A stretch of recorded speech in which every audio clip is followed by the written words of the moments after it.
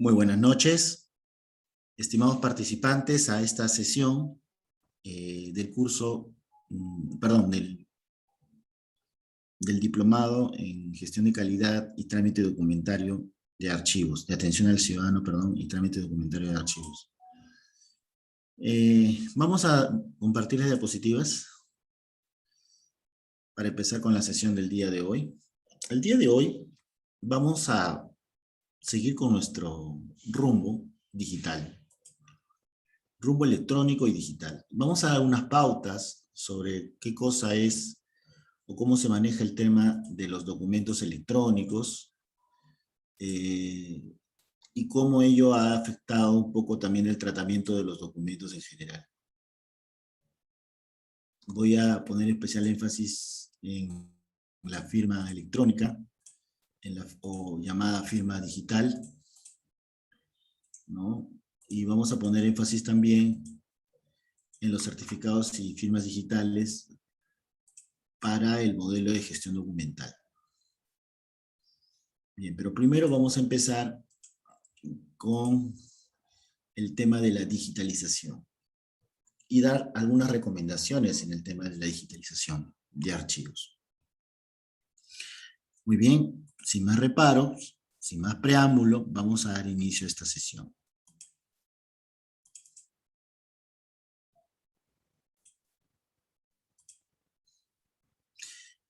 Gran e interesante conversatorio o gran interesante descubrimiento a lo largo del siglo XXI ha sido el proceso de transformación digital.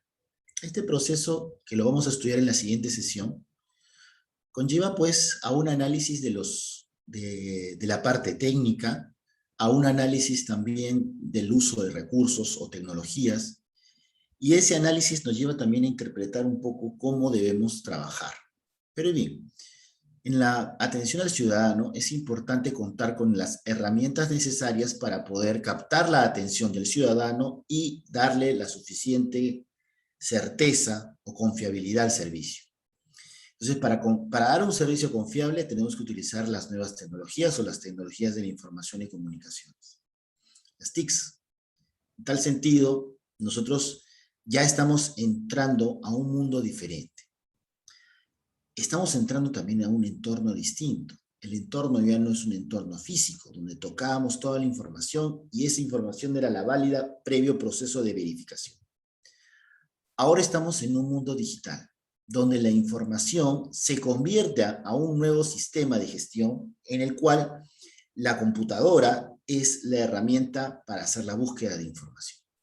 Entonces, dentro de ese parámetro, de ese concepto, tenemos que empezar a un proceso por el cual convertimos esos documentos en aquello que pueda navegar por el ciberespacio, que podamos transmitir de un lugar a otro, por aquello que permita su no pérdida o no repudio por los sistemas y que garantice la seguridad y confiabilidad del producto que ha generado este proceso. Y estamos hablando del proceso de digitalización en los archivos o en los documentos de un archivo.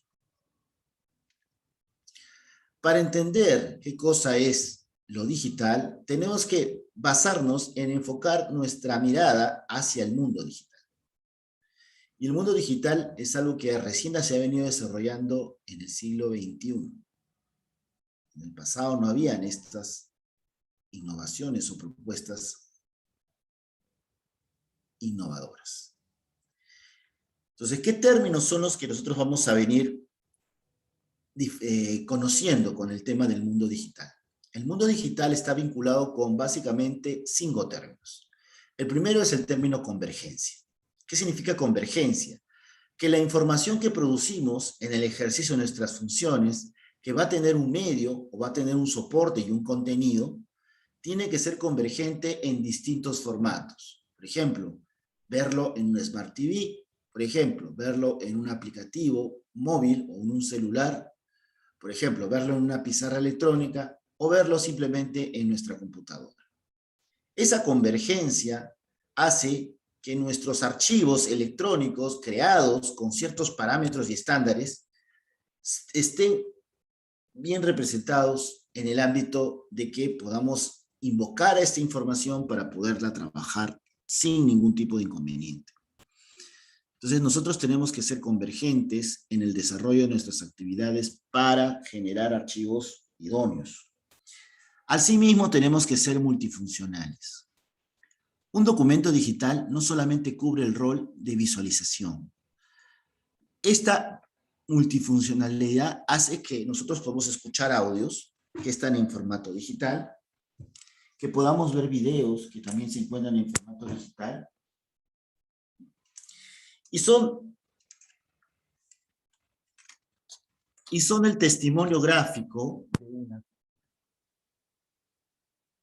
También, y eso lo digo como una parte de recomendación, nosotros también podemos, gracias al mundo digital, interactuar con esto. ¿En qué sentido? En que la información que vamos a producir, que está originada en el ejercicio de nuestras funciones, nos permite también no solamente emitir, sino también recibir datos, ¿no? Que van a ser el testimonio de una actividad. Un ejemplo, los formularios. Generamos formularios y estos formularios se van a ir actualizando poco a poco. Y toda esta información no es una información fija, sino que va a ir creciendo en el mundo digital, en una base de datos. Otra característica del mundo digital son sus costos. Los costos, lógicamente, se reducen porque los documentos se producen con menor costo-beneficio. Ahora bien, con el transcurso de los meses o de los años, nosotros podemos tener incluso información gráfica o información que va a devenir en que los costos van a ser menores, ¿no? Ahora, los costos de producción de un documento digital son menores, más no así los costos de preservación o conservación a largo plazo. Esos son mayores. Y por último, el mundo digital es una estrategia del Estado para llegar al ciudadano. Hoy en día estamos viendo, por ejemplo, que a cada rato nos llegan mensajes para vacunarnos, nos llegan mensajes sobre servicios brindados por el Estado, etc. Es decir, estamos pues frente a un mundo novedoso donde lo más importante es llegar a más personas en menos tiempo. Con esta introducción del mundo digital y sus características, quiero iniciar también el tema de la digitalización. La digitalización es justamente ese proceso por el cual se transforman los documentos de un soporte no convencional o analógica a un soporte digital. Entonces, la digitalización es un sistema integrado por estos procesos informáticos para que nosotros podamos tratar esta documentación que en su soporte original es analógica, permitiendo su conversión a soporte digital. Y el soporte digital no es otra cosa que la imagen reducida contenida en un determinado disco, sea un disco duro, sea un disco portátil o portátil. Cuando la imagen, cuando el documento ha sido capturado y generada una imagen reducida, ¿no?, a un contenedor, en este caso un disco, estamos hablando de una microforma. Y la microforma, cuando pasa por un proceso legal, es decir, donde hay tiempos de verificación, de inicio y cierre del proceso de captura de información, esa microforma tiene valor legal, ¿no? Y nosotros tenemos que ver que con ese valor legal, ese documento debe conservarse.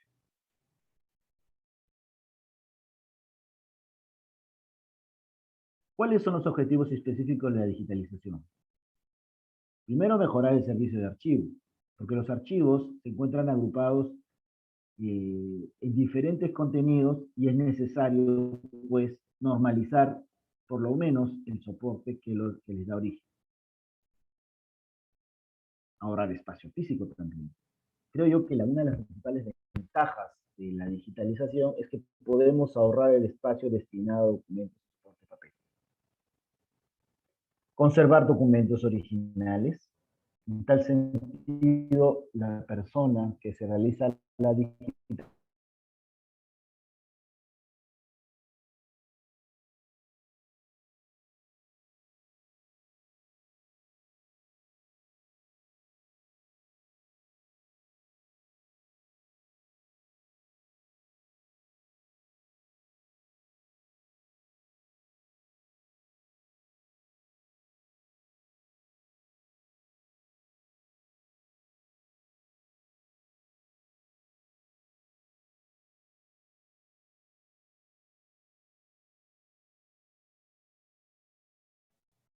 Bueno, lo que decía es que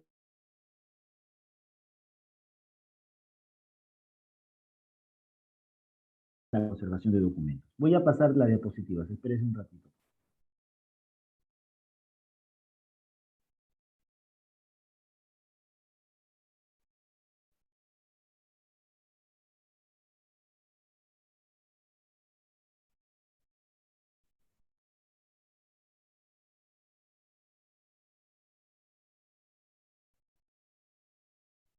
Bien, teniendo esta referencia de información que se va a producir, de optimización del servicio, de ahorro de espacio, de conservación de documentos originales, ¿no?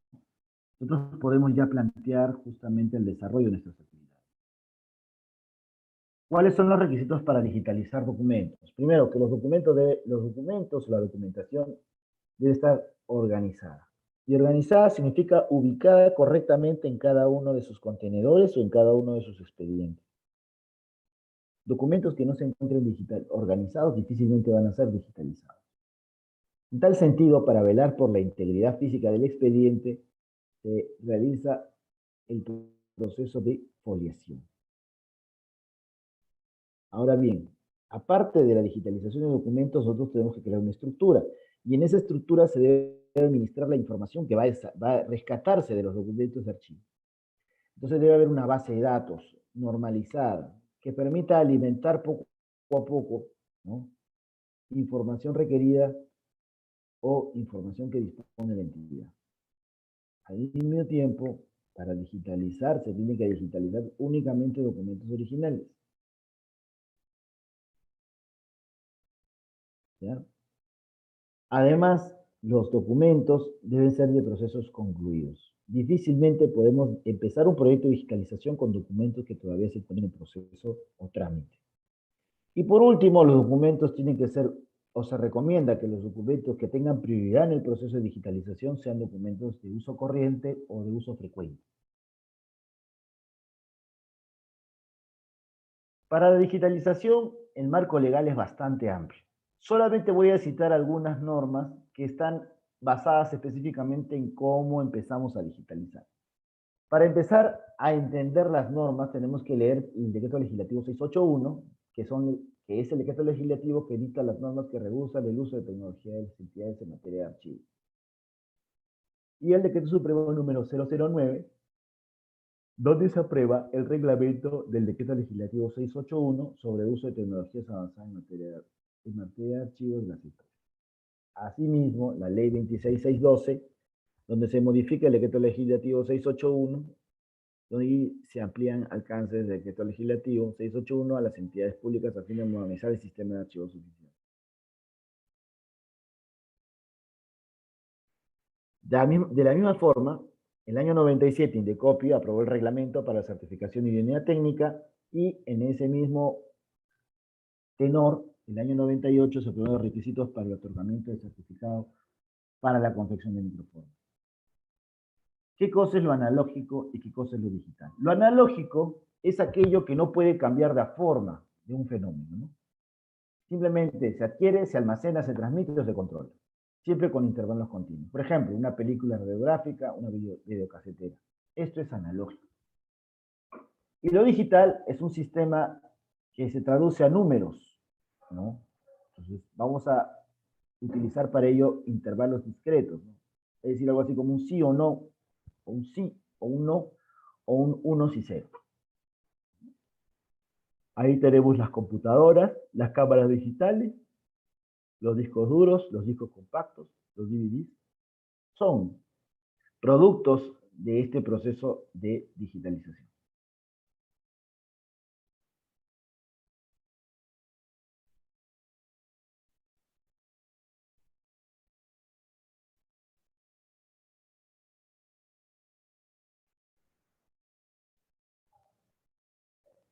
Una imagen digital es una fotografía, sabemos eso. Y una fotografía electrónica adquirida por dispositivos que convierten las señales analógicas en números.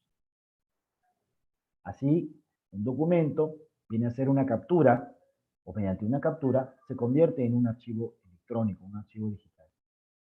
y se almacena o se guarda la información en un determinado contenedor o disco. En este caso es un disco no grabable o solamente grabable una vez, ¿no?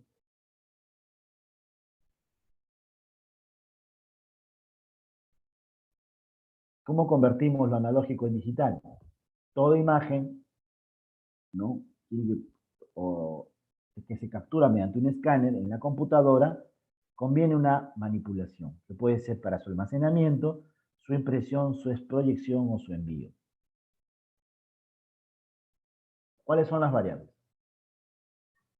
Las variables para poder digitalizar adecuadamente son, primero, la resolución. Cuando mayores DPI tengamos en nuestra resolución o método de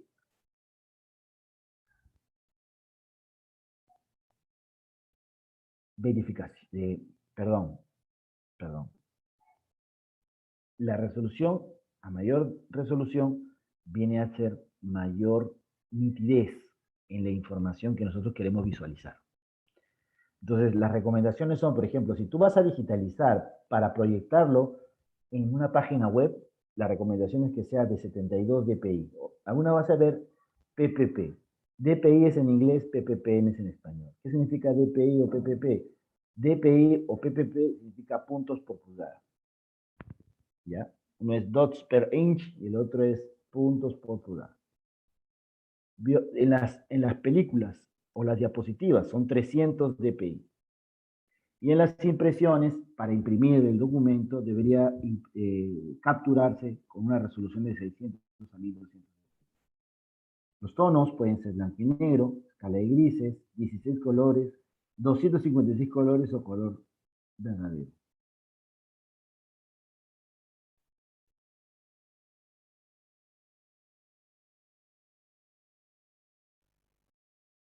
¿Cuáles son los tonos?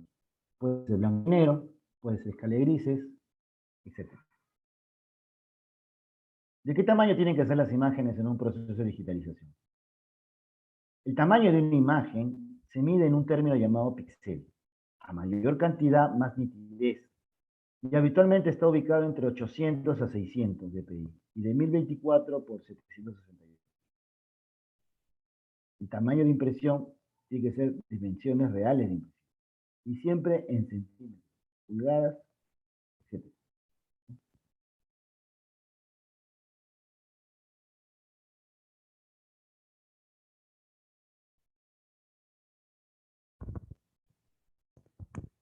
Las dimensiones en píxeles. Todo píxel tiene un tamaño y esos tamaños nos permiten definir qué tan nítida o visible va a ser la imagen. Entonces, la cantidad de píxeles siempre está en representación de pantalla. 800 por 600 en pantalla configurada, como 800 por 600 la ocupará por completo. 400 por 300 en pantalla de 800 por 600 ocupará la cuarta parte. ¿Cuál es el tamaño del archivo? El tamaño del archivo o la cantidad de memoria que ocupa se mide en kilobytes, megabytes, entre otros. La resolución de la imagen. La resolución se mide en dots per inch o puntos por pulgada. Asuntos o puntos por pulgada. Resolución de bits o la profundidad.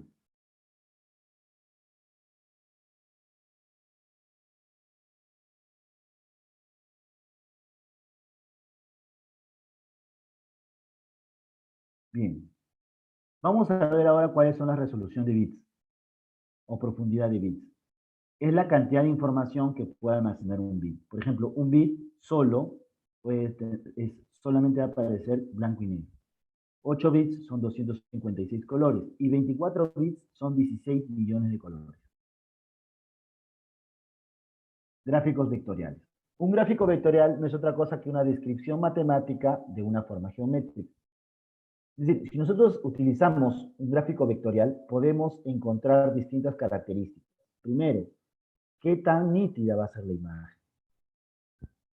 ¿No? Entonces, hay una curva por la cual nosotros la imagen podemos darle un contorno especial que se llama curva de Bézier, donde nosotros podemos, digamos, darle forma de acuerdo a lo que la realidad puede visualizar.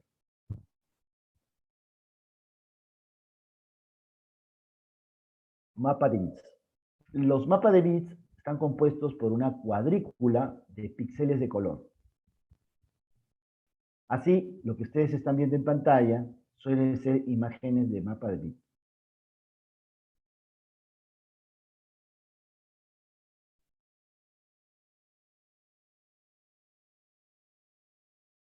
Bien. Las imágenes con variaciones complejas de color, como las fotos, pueden ser imágenes de mapa de bits se pixelean.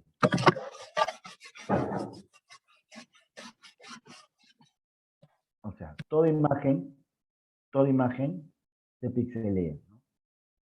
Las imágenes que tienen una baja cantidad de bits, lógicamente van a tener una menor resolución. ¿Correcto? Acá tenemos una comparación. En una imagen vectorial, los puntos de la imagen van a tener una forma superior a los puntos de una imagen donde tenemos mapa de bits. Es decir, el archivo vectorial va a ser mejor que el archivo de mapa de bits. Las amplias aplicaciones de los gráficos vectoriales de mapa de bits. Acá tenemos una imagen, ¿no? Este es el vectorial y así se ve el mapa de bits. Mayor píxeles, mayor cantidad de píxeles. Lo que pasa es que en un mapa, en una pantalla donde se tenga mayor nitidez, es necesario colocar imágenes que puedan emular o disfrazar o mejorar esa nitidez, ¿no? Entonces tenemos dos gráficos, ¿no? Uno que no se ve muy bien, elaborado el mapa de bits, y el otro con mayor cierre de imágenes, tiene una mejor resolución.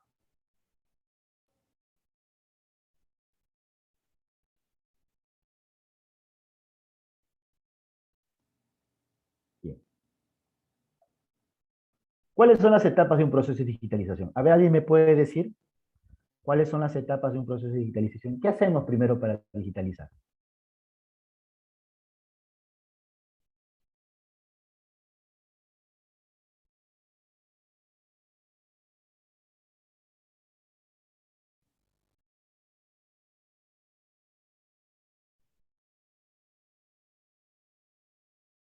¿Cuáles son?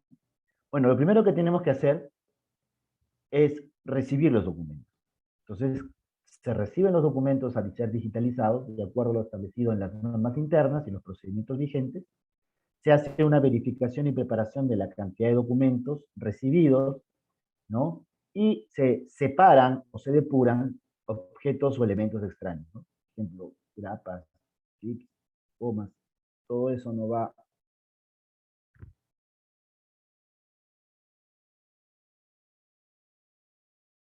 Ya.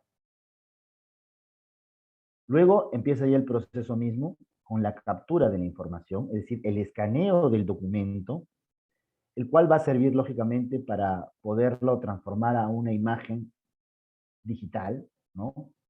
Y que forma parte justamente de la información que tenemos a la mano, ¿no?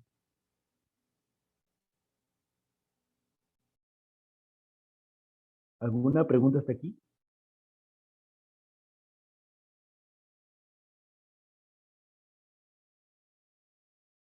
¿Me escucha mejor?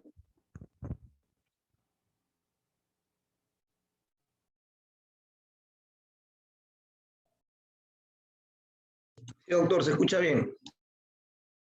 Ok. Bien.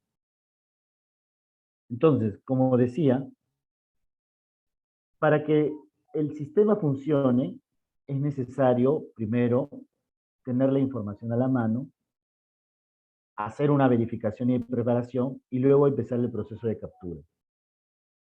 La captura no es otra cosa que cuando insertamos la imagen o la fotografía que tomamos al documento en el sistema de gestión documental o almacenamiento de datos.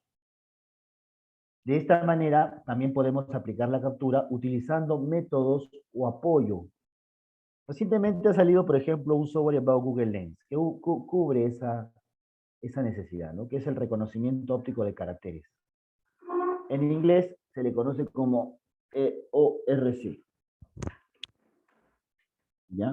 Entonces son parte de las características del trabajo que se realiza para poder hacer el proceso de captura de información. En ese reconocimiento automático de caracteres se encuentra en la imagen que permite la creación de índices para su posterior conjunto.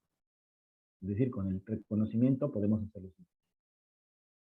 Y luego viene el proceso de indización, que es el ingreso manual de datos que no fueron reconocidos por la red. Es decir, tú digitalizas y esperas que se extraigan datos para poder gestionar adecuadamente esa información. Pero si no se puede por distintos motivos, es cuando tú puedes utilizar, tú mismo puedes empezar a ingresar los datos de esta captura de información.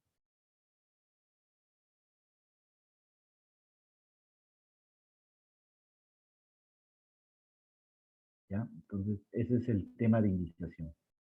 El control de calidad consiste en la revisión del 100% de las imágenes. Esto es muy importante porque nos da mayor confiabilidad en el proceso, verificando contra la documentación física. Es decir, al documento físico puesto en escena o en vista, se le da la conformidad de captura del documento digital. Entonces, debe cumplir con las características de fidelidad, integridad, legibilidad y calidad. Y esas son las características del documento digital. En el reproceso, hay un procedimiento que consiste en reemplazar y mejorar, ¿no?, aquellas imágenes que no cumplen con características mínimas de calidad. En ese caso se aplica un reproceso. Posteriormente se hace una revisión de imágenes. Estas imágenes se realizan por el fedatario, la revisión, quien verifica que el 100% de las imágenes cumpla con los procedimientos establecidos de acuerdo a ley, ¿no? Entonces, de acuerdo al reglamento de la ley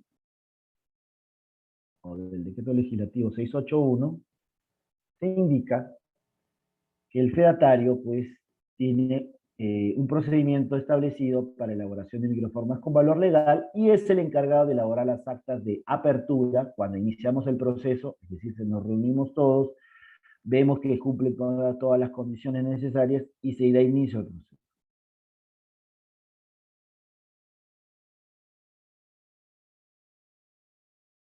¿No?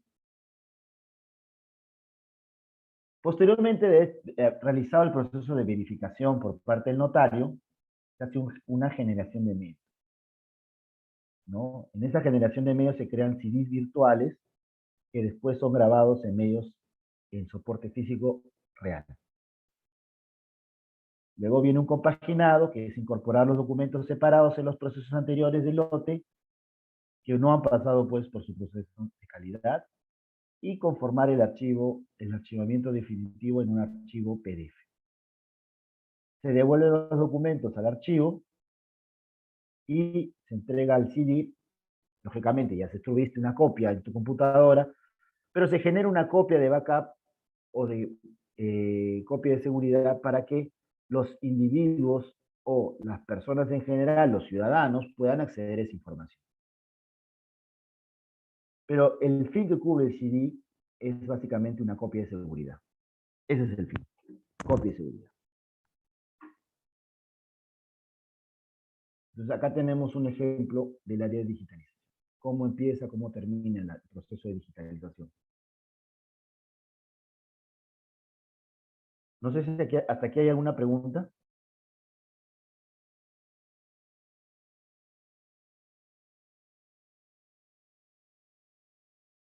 Bien. Siendo las 7:40, vamos a hacer un pequeño descanso de 5 minutos. ¿Les puedo pedir ese favorcito? 5 minutos y regresamos.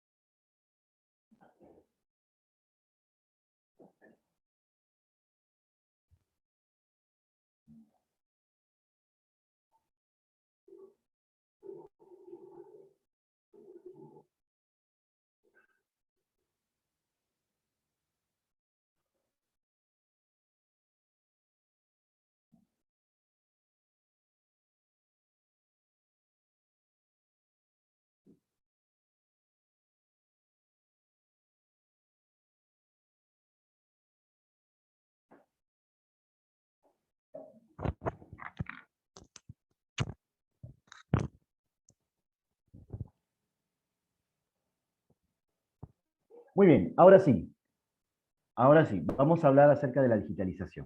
Bien, en el proceso de digitalización, nosotros tenemos ciertos elementos que tenemos que considerar. Primero, la recepción del documento. En la recepción hay que verificar la cantidad y el contenido de los documentos que se nos están entregando. Siempre tenemos que tener un mecanismo de control que nos permita revisar. ¿Qué se revisa? Se revisa, por ejemplo, los agentes o elementos del documento. Por ejemplo, el productor, el autor o el creador del documento, ¿no? ¿Quién elaboró el documento? ¿Cuál es el rol o la competencia que tiene esa persona? Se verifican las firmas, se verifican las fechas, ¿no? Que el documento esté completo. Porque una vez hecha la captura, ya la información no se puede observar, porque ha pasado por un proceso, lógicamente, de digitalización con valor legal. Ya ese documento tiene un nuevo soporte, un nuevo medio, que es el medio electrónico, el medio informático, o mejor dicho, el medio digital, y como tal ya no se puede observar o, digámoslo así, repudiar, ya no. Entonces, en el proceso de recepción se tiene que ver la manera más importante de hacer la verificación y preparado.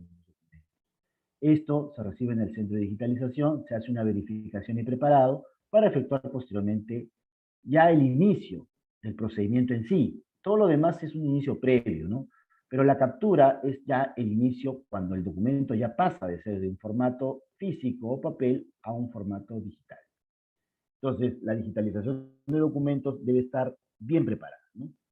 Siempre tiene que convertirse de un documento físico a un formato digital mediante la captura, y la captura se realiza a través de escáner o lo que se llaman capturadores de imágenes, ¿no? Es el nombre correcto. Utilizando bien un mosaico, que es un óptico de caracteres, o bien un proceso de indización. Aquí se indizan los datos no reconocidos por el sistema, ¿no? Digitando los datos faltantes, ¿no? Y acá después viene el control de calidad. Ya vimos qué cosa es una revisión del 100% de la calidad de las imágenes, y un reproceso en caso pues exista algún error, ¿no? Entonces, luego se encarga el reemplazo de la imagen digitalizada que no cumple con los atributos. El fedatario informático va a hacer una revisión del producto y va a dar la autorización para la generación de medios, que es el siguiente. Ello va a permitir pues la compaginación, la custodia del CD como valor legal en la bóveda del archivo central, y la custodia del CD como valor legal en bóveda certificada, una empresa externa o un lugar externo.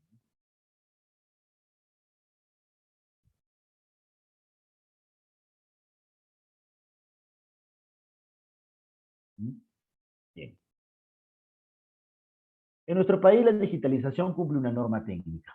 La norma técnica que estamos cumpliendo es la 392.030, que permite reconocer o conocer los requisitos específicos para implementar líneas de producción de microformas orientadas a obtener un.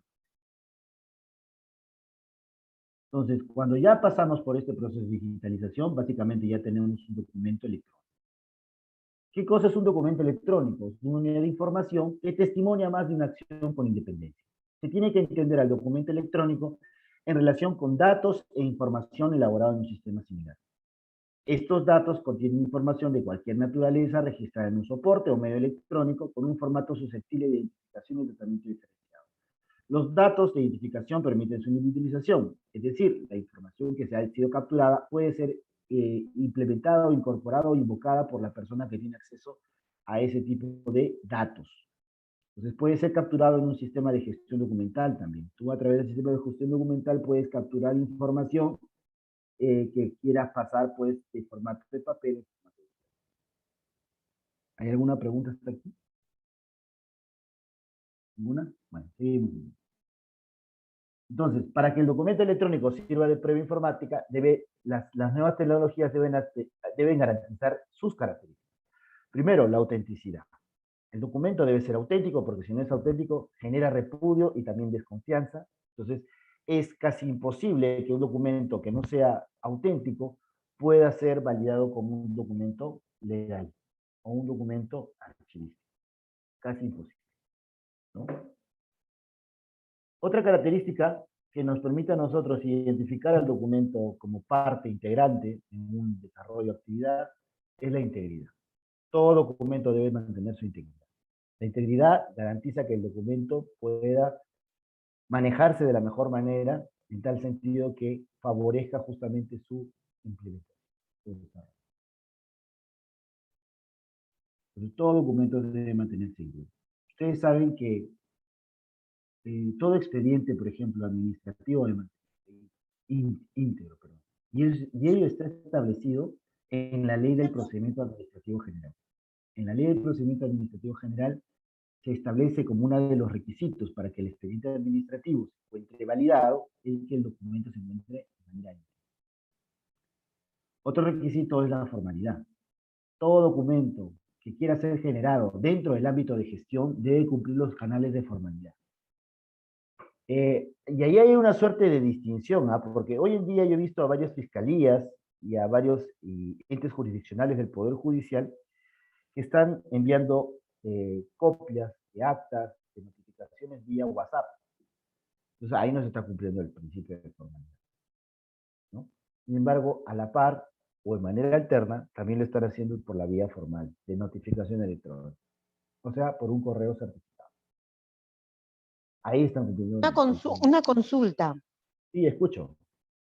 Mira, en el caso, por ejemplo, de recepción de documentos, los documentos llegan digitalmente al correo, pero cuando uno lo tiene que hacer la recepción con el sello, tienes que imprimir ese documento, lo sellas y nuevamente se vuelve a escanear para enumerar, ¿no? Porque uno en el registro interno lo enumera. Ahí, ¿cómo se procedería? ¿No valdría la copia que se ha impreso del original del correo? Claro, a ver, voy a explicarlo gráficamente. Discúlpenme si yo soy muy gráfico. Ese es un problema mío que tengo, que no puedo visualizar y me gusta explicarlo gráficamente. Tú, por ejemplo, tienes un correo electrónico. Este correo va a llegar a tu computadora, llega a tu equipo de computadora, ¿no? Tienes tu computadora y tienes un correo electrónico, entonces envías tu correo electrónico. Quien lo recibe, lógicamente, va a ser una oficina, ¿no? Entonces tú tienes un correo. El correo funciona siempre como medio. ¿Qué tipo de medio es? Medio de transmisión de información. ¿Ya? No es la información, es un medio de transmisión de información. Entonces, el correo sirve para eso, para transmitir información. Va de un mensaje a otro, a un receptor, ¿no? De un emisor a un receptor, un mensaje. Ese mensaje llega y el receptor lo lee. Ahora bien, ¿cuál es la característica para que funcione y el correo sea oficial?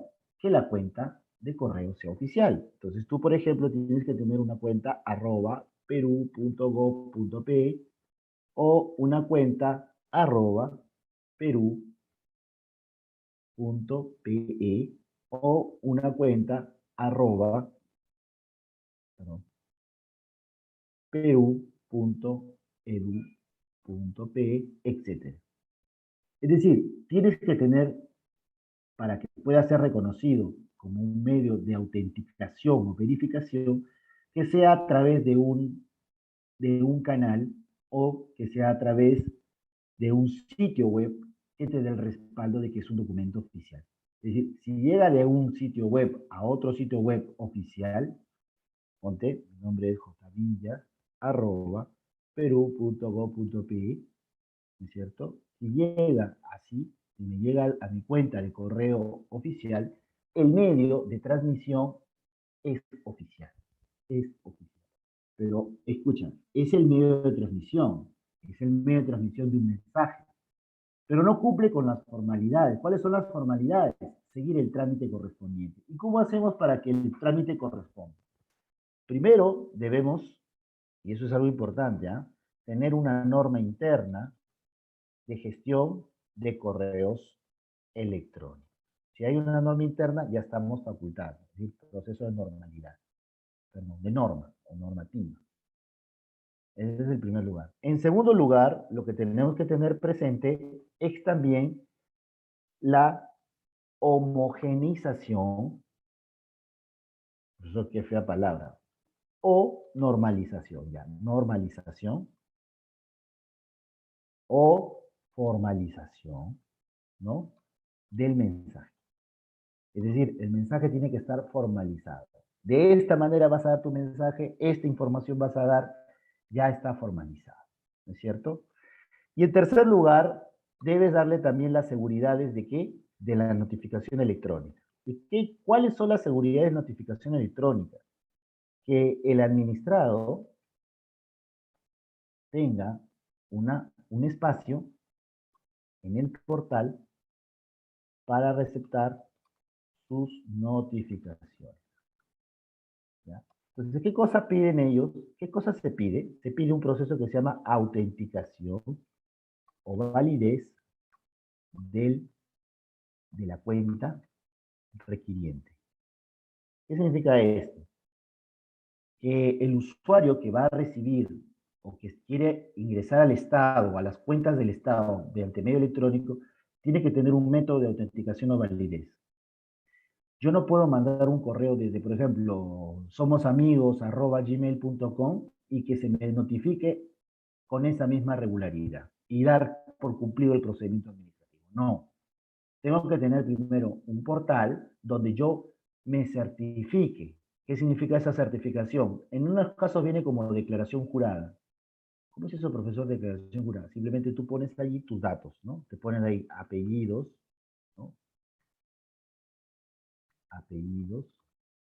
Y en el caso de personas naturales, Por eso, toda persona natural se tiene que formar parte del sistema de notificación, ¿no? Entonces tiene que registrarse en ese sistema, ¿no? DNI, ¿no es cierto? Toda esa información, el usuario que quiera hacer un trámite con el Estado debe brindarla para que se autentique como parte del sistema de gestión documental. Si no se autentica, simplemente es una información que tú tienes que brindar. O sea, por ejemplo, yo mando una carta, ¿no? ¿Sabe que va a haber un evento de JM, Archivista Integrado, va a haber un evento de tal empresa, ¿no? Tú puedes mandar un correo, pero eso no significa que puedes iniciar un trámite en tu institución. Para que pueda funcionar los trámites tiene que haber un proceso que se llama autenticación. Y eso está consignado en el reciente reglamento de creación del sistema de transformación digital, el proceso de autenticación o el proceso de validación, por el cual tú tienes que, como persona natural, llenar una especie de declaración jurada donde pongas tus nombres, tus apellidos, ¿no es cierto?, tu dirección y todo lo demás, datos que solamente tú puedas manejar, ¿no?, como persona natural, para que se te haga la validación en el sistema, se te valida en el sistema y ya puedes ya con estos datos, como ya estás registrado, enviar a través de tu cuenta de correo, porque acá también hay otro que es email, ¿ya? A través de tu cuenta de correo y puedas interactuar con el Estado. Esto es lo que ha hecho el Estado en este estado de emergencia, ¿no? Porque lo usual hubiera sido que cada persona que tenga DNI electrónico pueda tramitar con el Estado. Pero como estamos en un estado de emergencia, entonces lo que ha hecho es un método de autenticación. Se llama autenticación o validación del ciudadano o de la cuenta, ¿no? Algo que quiero dejar en claro es también una cosa. Nosotros tenemos una identidad digital. La identidad digital no solamente es nuestro nombre y apellido y nuestro número de DNI. También podemos tener, por ejemplo, una ruta. Un ejemplo. Solamente yo puedo tener esta cuenta de correo electrónico. Nadie más la puede tener.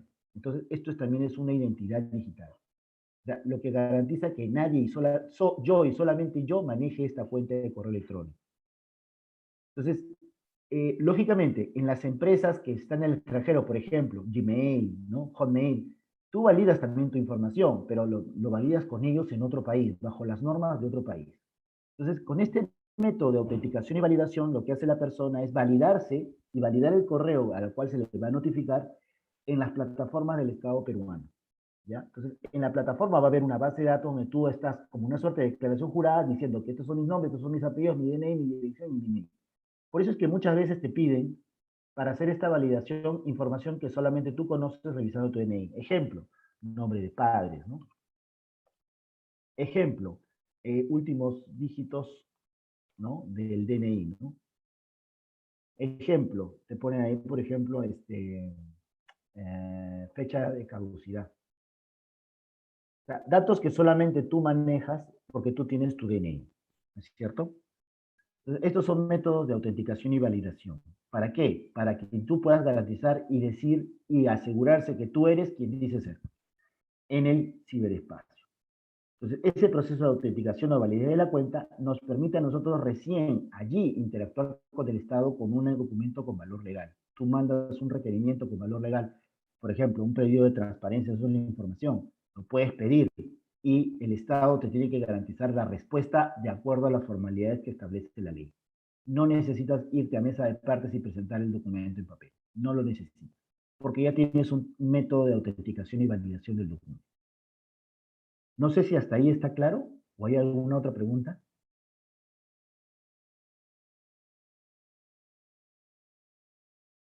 Hola.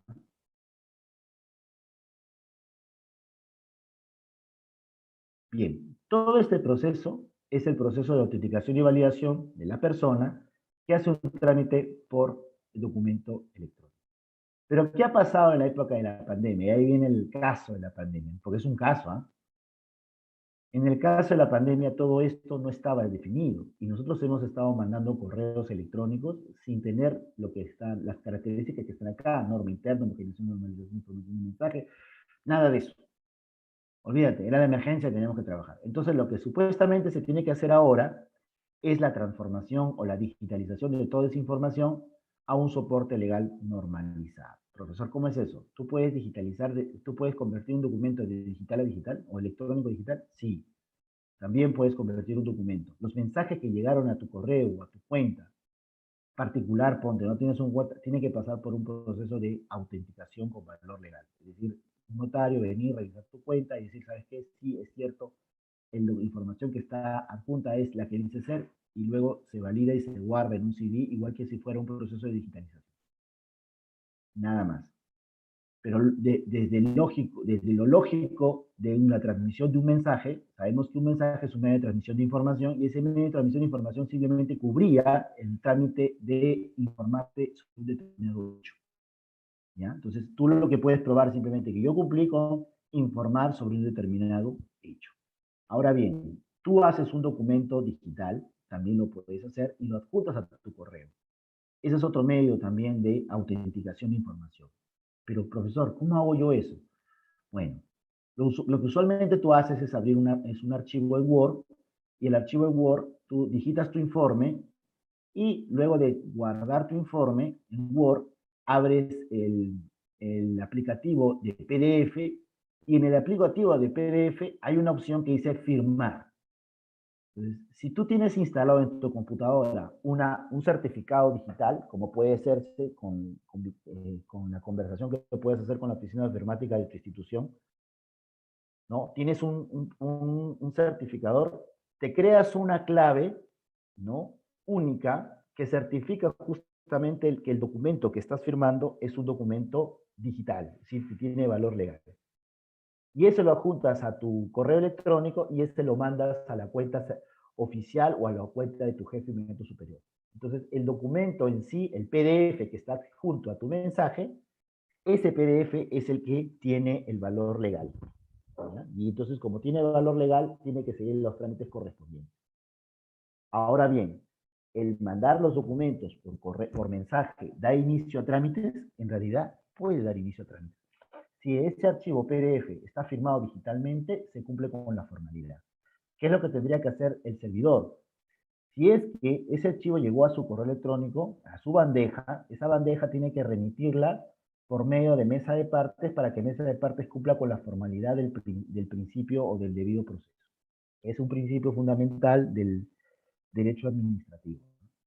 El debido procedimiento implica seguir todas las pautas y pasos establecidas en la norma para tramitar una determinada gestión.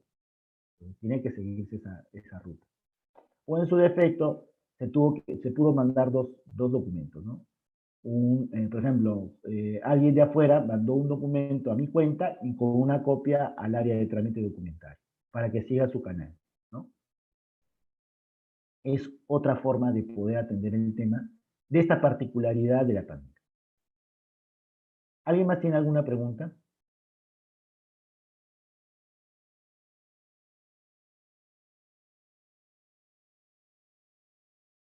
¿Nadie más tiene preguntas? Todos estos términos, estimados participantes, ustedes lo pueden encontrar en dos normas, básicamente. A ver, voy a guardar, ¿ya? Ya está guardado. Primero, en el decreto legislativo número 1412, ¿no? Que es la ley de gobierno digital. Ojo, hay una ley de gobierno digital y hay un decreto de urgencia número 06-2020, no me equivoco, que aprueba el sistema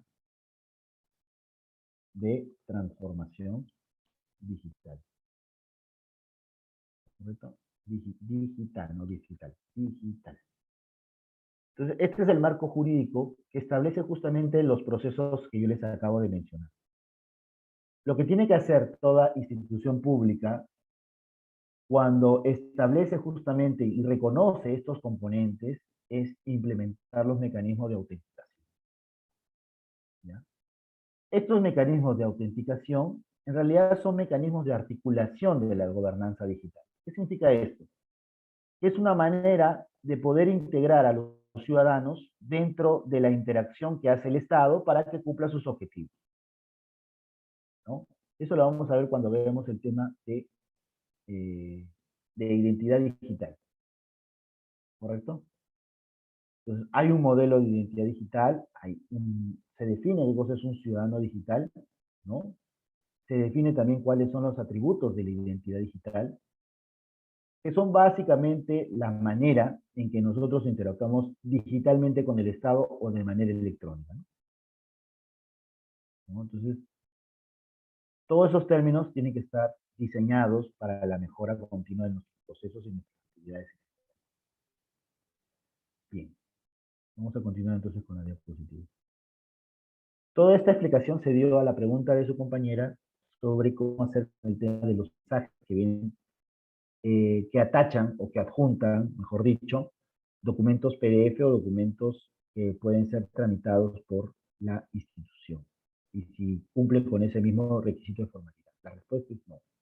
Porque el mensaje solamente es un medio de transmisión. Puede ser oficial, pero esa transmisión tiene que adjuntar pues un documento, ¿no? A menos que hay una norma que diga que el mensaje ya deja de ser medio de transmisión y se convierte en un medio oficial de documentos, ¿no? Lo cual complicaría un poco el trabajo porque ustedes saben que los documentos tienen características que a veces los mensajes o los correos no tienen. Y entonces la formalidad es otra de las características. Otra característica para que funcione el documento como prueba informática es la durabilidad. Y este tema de la perdurabilidad implica bastante análisis. ¿Por qué? Porque los documentos, como sabemos, electrónicos no tienen esa característica de perdurar para siempre. No. ¿Qué es lo que hay que hacer? Hay que extender la vida útil del documento digital. ¿Cómo? Con las migraciones de información. Si tú elaboraste, por ejemplo, un documento en Word 5.1, hoy en día te invito a que abras con el Office 2019 ese documento en Word 5.1. Simplemente no se puede. Lo que tuviste que haber hecho es ir migrando de versión de ese documento para que la última versión, en este caso el Office, pueda reconocer a esa información que se encuentra almacenada o guardada bajo un sistema diferente. Ya no el sistema anterior, sino el sistema más actualizado. O hasta donde lleguen los límites de su actualización, ¿no? Entonces, la durabilidad depende mucho de eso. En la legibilidad hay que darnos cuenta que todo documento cumple un rol, y el rol básicamente es probar o dar cuenta de algo. Entonces la legibilidad le va a dar esa suerte de carácter legal que va a permitir darle confianza, fiabilidad y sobre todo no repudio ante un órgano jurisdiccional, ejemplo, Poder Judicial, Fiscalía, Policía, Auditoría, o un órgano administrativo, ¿no? Ejemplo, Tesorería, Contabilidad, ¿no? Etcétera. Otra característica que es importante para que el documento electrónico sirva de prueba informática es que garantice su disponibilidad. Es decir, el acceso al documento electrónico tiene que poderse dar en cualquier punto o dispositivo por el cual nosotros podamos acceder a esa información. Es decir, yo pueda visualizar mi documento en una tablet, pueda visualizarlo en una laptop, pueda visualizarlo en una computadora personal, pueda visualizarlo en en un teléfono celular. Entonces, yo puedo acceder a esa información y que esa información esté a mi disposición, determina si ese documento puede ser conocido o concebido como prueba informática. Otro aspecto importante es la fijeza del documento. Todo documento, por más que sea incluso electrónico o virtual, tiene un soporte físico. Y ese soporte físico se dictamina si es que este documento es considerado electrónico o digital. ¿Por qué? Porque el documento electrónico puede adulterar ese soporte físico. El documento digital no debe adulterar ese soporte físico para conservar todas las seguridades y garantías de que es un documento digital. Entonces, la fijeza es muy importante para este fin. Ahora, se debe entender que los componentes de un documento electrónico son fruto de un proceso de digitalización. ¿Qué tenemos o qué componentes electrónicos tenemos para poder denotar esto? Básicamente son tres. El primero es la imagen, que va a ser el producto de la captura de la información. Es decir, nosotros vamos a poder navegar en la imagen y ver el documento como si fuera en soporte papel. En segundo lugar, que son dos datos básicamente lógicos que se encuentran incorporados en los documentos. El primero son los metadatos. Los metadatos, entendiendo que son elementos o descriptores de información que permiten administrar al archivo. Ese es un metadato, un elemento de información que permite administrar el archivo. Por ejemplo, cuál es el peso del archivo, tendré un número, cuál es el autor del archivo, tendré un número, quién es la persona que certifica el documento, tendré otro número, etc. Y también la firma electrónica.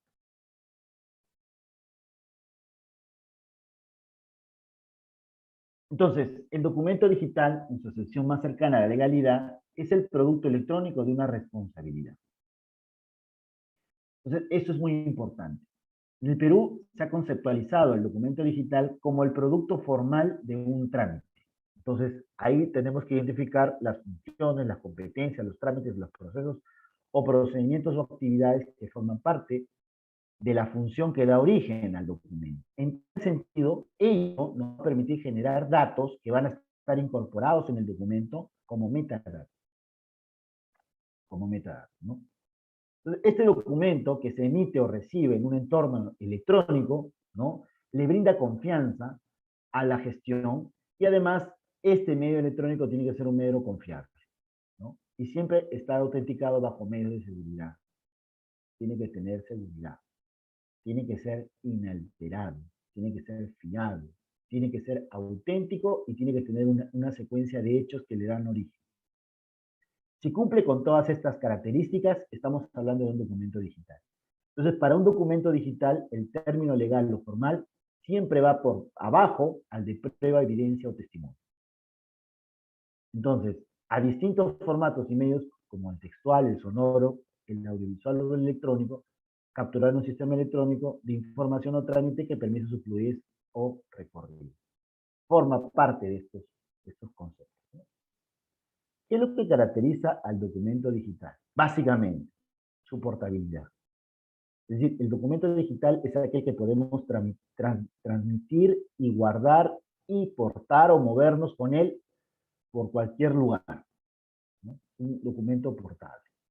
La disponibilidad. Nosotros podemos acceder al documento contable 24 horas a las 24/7. El acceso. La entidad nos tiene que garantizar, en el caso que seamos los principales involucrados, allí hay un principio que se llama el interés legítimo que tengamos en este documento, a la revisión, a la presentación o al crecimiento de la información de este documento digital. El documento no tiene que estar sujeto a originalidad. Perdón. Este término no es aplicable.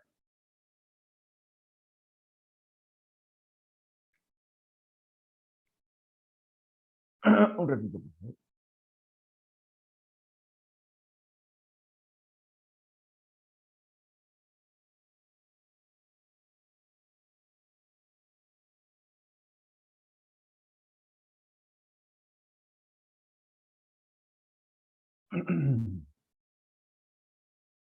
Bien.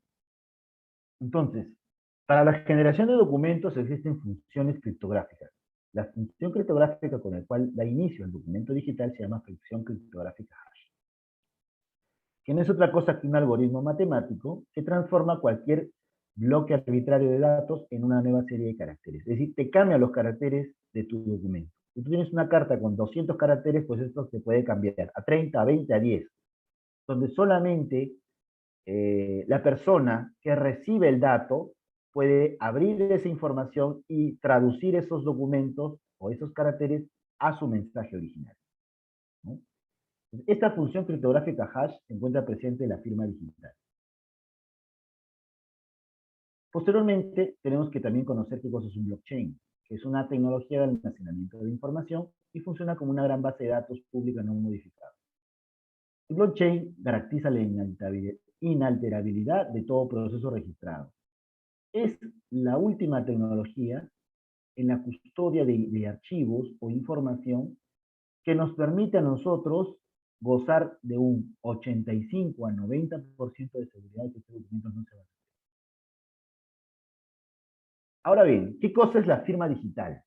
Según el reglamento del Decreto Legislativo 681, es aquella firma que utiliza una técnica de criptografía simétrica. ¿Qué significa criptografía simétrica? De encriptado,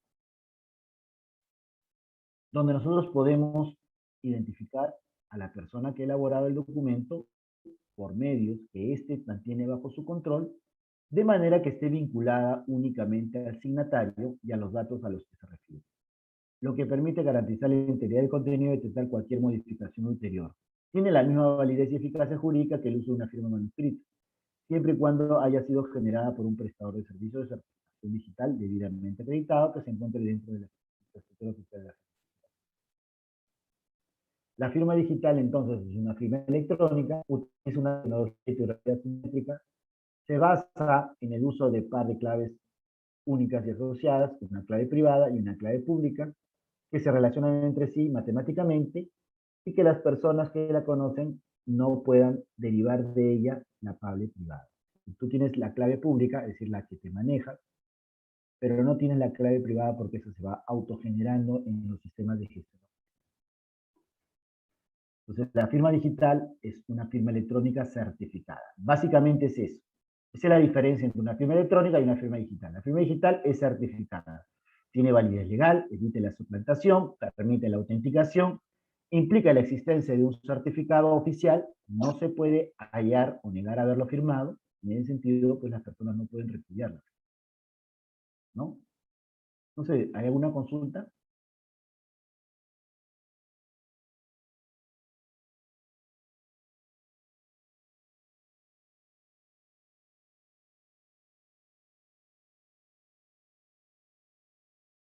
¿Ninguna? Bien, seguimos. Entonces, la firma digital permite la identificación en toda clase de procesos administrativos. ¿Quién valida la firma digital? Es validada por la RENIEC, para validar también la identidad de la persona que realiza un determinado trámite utilizando firmas digitales. ¿Qué es lo que nos debe garantizar la firma digital? La autenticidad, la integridad y el no rechazo del documento.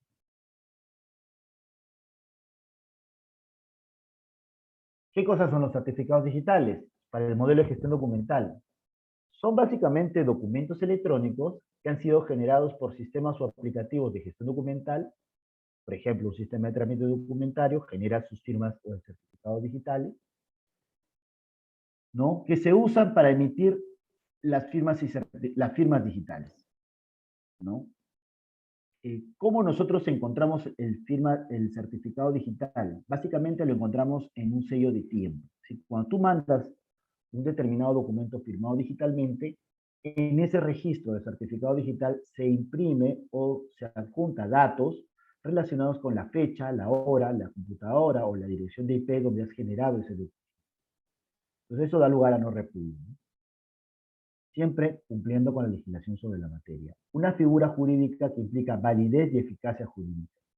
La firma digital generada en el certificado digital vigente tiene validez y eficacia jurídica, porque pasa por dos procesos. Uno de autenticación, donde se identifica al emisor de forma segura, y otro la integridad, donde permite determinar si el documento fue modificado luego de dicha firma.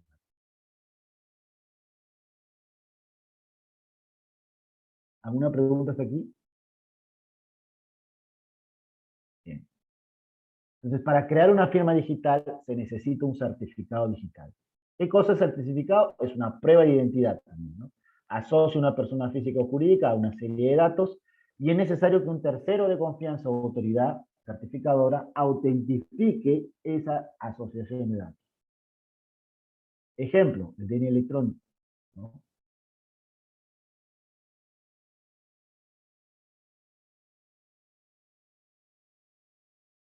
Siempre hay que tener presente que normalmente un certificado es válido durante un año.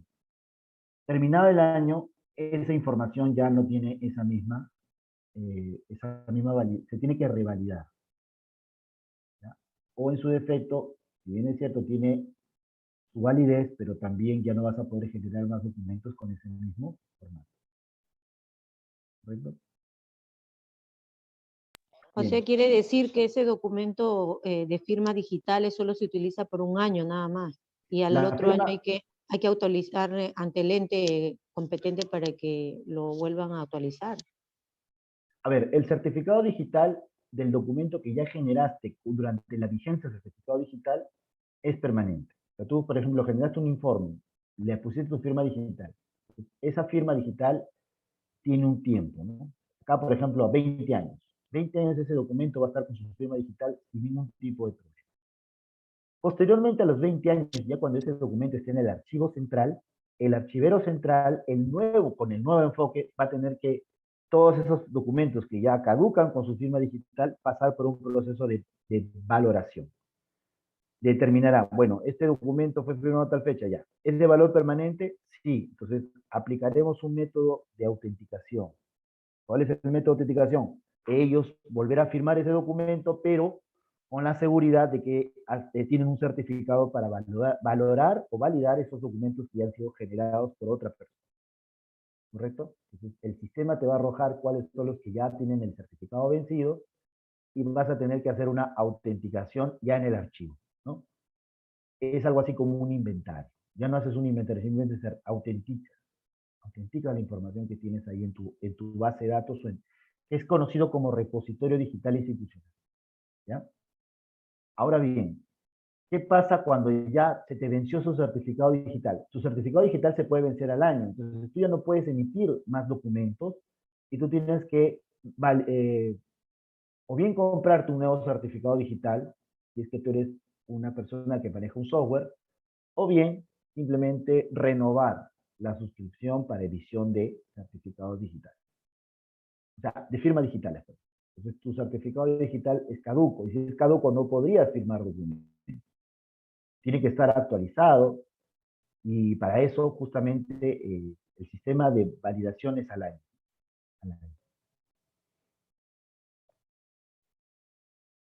¿Estamos claros ahí? ¿O hay alguna pregunta adicional? De repente lo más simple.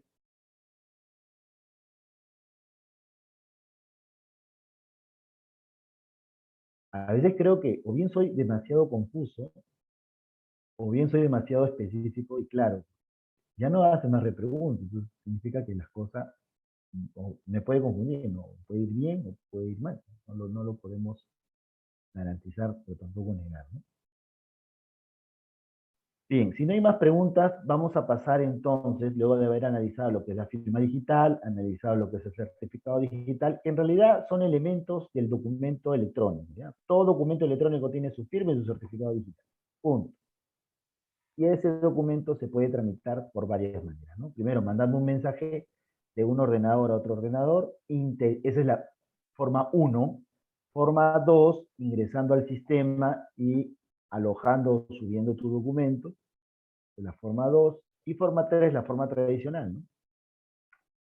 Que es simplemente que tú mandes un correo con la información y que las demás personas te crean, ¿no? Ah, caramba, él sigue la cuenta de mi amigo, está bien.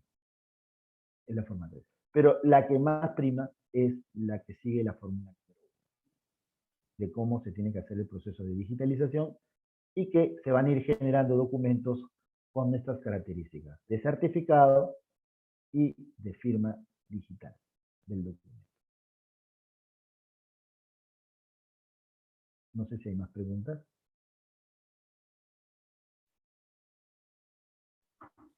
Buenas noches, profesor. Para la firma digital, pero tiene que autorizar, ¿no? La entidad, ¿no? Tiene que hacer un documento para autorizar a RENIEC para tener la firma digital. ¿Es cierto? No, no necesariamente. Ahora, si tú trabajas en una institución pública, o sea, de carácter público, tú podrías comunicarte con el área de sistemas o el área informática, y el área informático como representantes o parte del sistema de gestión digital, hacer primero, te hacen llenar una declaración jurada, y en esa declaración jurada pone todos tus datos, incluso tu fotografía, tu huella digital escaneada, ¿no? Y eso lo tramitan hacia la institución. En este caso va a ser la RENIEC. RENIEC directamente se va a vincular contigo, te va a mandar una cuenta, ¿no? Primero te va a mandar una dirección donde tú le tienes que descargar para tu computadora un aplicativo. Ese aplicativo se instala en tu computadora. Ese aplicativo tiene un formato de certificado digital o PKI, que es una clave, ¿no? Una clave pública que está instalada en tu equipo de cómputo. Y tú a través de esa clave puedes acceder a firmar tu documento en PDF. O sea, tú hablas en la Acrobat Reader, que está instalado en tu computadora, que es un software gratuito, y ahí vas a encontrar una opción que sea firma. Entonces, tú aprietas esa opción y firmas el documento. Es que lo puedes abrir con la Acrobat Reader. Hay otros métodos también de firma. Por ejemplo, si tú eres una empresa que brinda servicios al Estado, también puedes firmar digitalmente tus documentos. Simplemente haces el mismo trámite, pero no como parte del Estado, sino tienes que pagar un monto a una empresa certificadora y la empresa certificadora te da la potestad de poder firmar tus documentos. Tan sencillo como eso. Ahora, la pregunta es, la firma digital de una empresa, imagínate, yo soy empresario, ¿no? Y tengo una empresa de capacitación, yo firmo. ¿Podré firmar con esa firma digital en un documento del Estado o no? Es decir, mi firma electrónica privada o particular, ¿puedo utilizarlo para firmar firmas electrónicas de documentos públicos o no? Pienso que no, porque para público tiene que autorizarte la institución, ¿no? Porque mayormente se veía o he escuchado que los regidores, alcaldes, consejeros regionales tenían que ir obligado a las oficinas de RENIEC a solicitar la firma digital. Y muchos tenían problema porque tenían el DNI convencional, les tenían que decir que tienen que tener el DNI electrónico, que es mucho más factible para este tipo de trámites, ¿no? Acá todas las autoridades hicieron cambiar el DNI convencional, que es el azul, por el DNI electrónico, para que tengan mucha facilidad más con este que es del gobierno electrónico.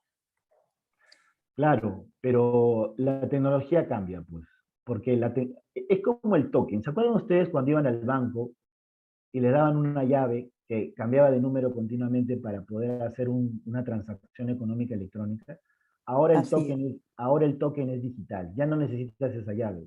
En tu propio teléfono se encuentra un mecanismo que va generando una clave automáticamente. El DNI electrónico cubría ese espacio de ser un token. ¿Qué significa? Que tú el DNI electrónico, si ustedes pueden ver aquí en pantalla, a ver, lo voy a enseñar.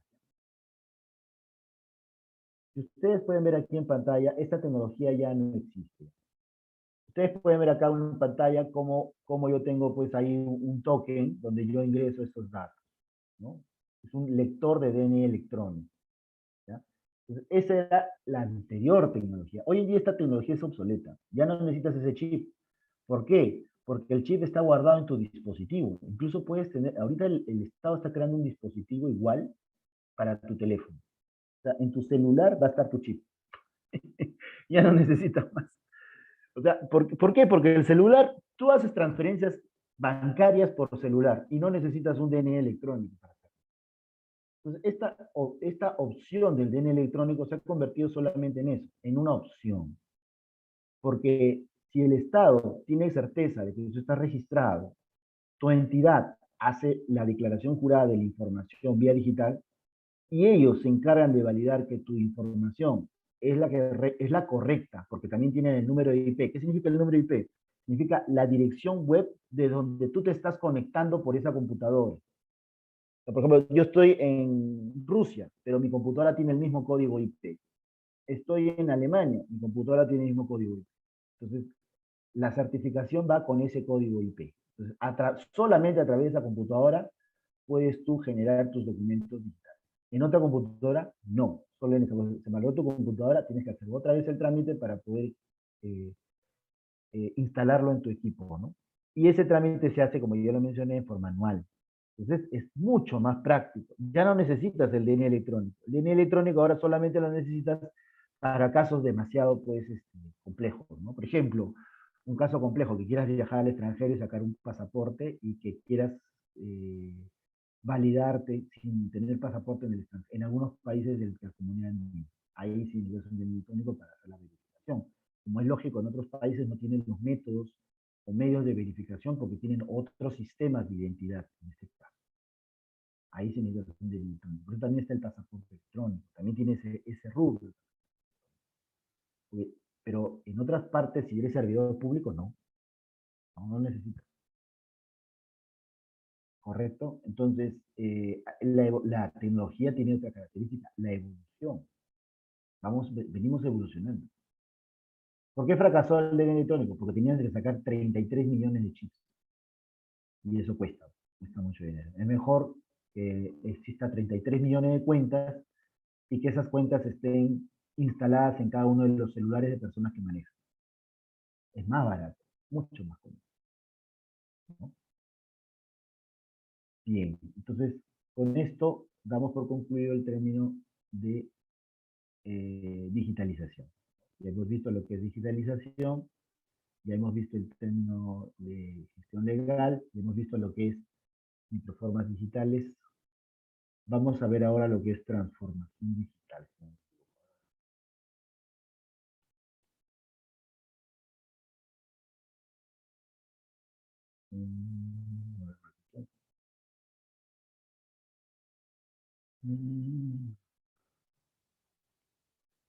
Ya hemos visto procesos, ya hemos visto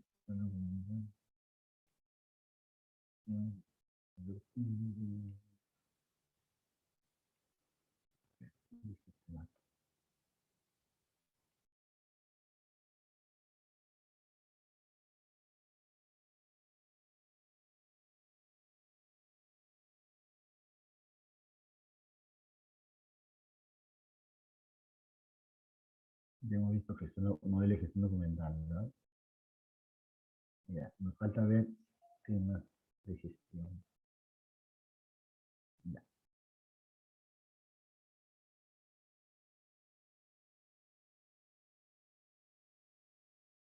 No, vamos a ver la transformación digital. ¿Ya? La transformación digital. ¿Qué cosa es la transformación digital? Básicamente eso. ¿Qué es la transformación digital? Cómo eso se articula en un procedimiento bastante largo, pero que sirve bastante para el. Voy a reconocer. Ya, nos hemos quedado aquí. Estamos viendo el tema de la transformación digital y nos vamos acá. Ya. Ya hemos visto este tema de los certificados digitales.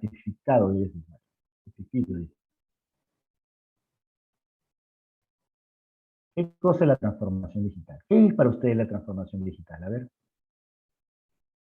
Y esto está cambiando un poco el mecanismo de atención al ciudadano en las administraciones públicas. ¿Qué cosa es la transformación digital?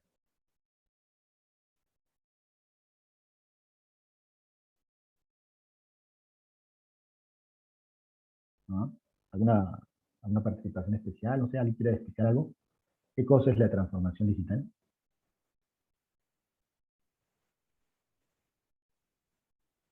¿Mm? ¿Nadie?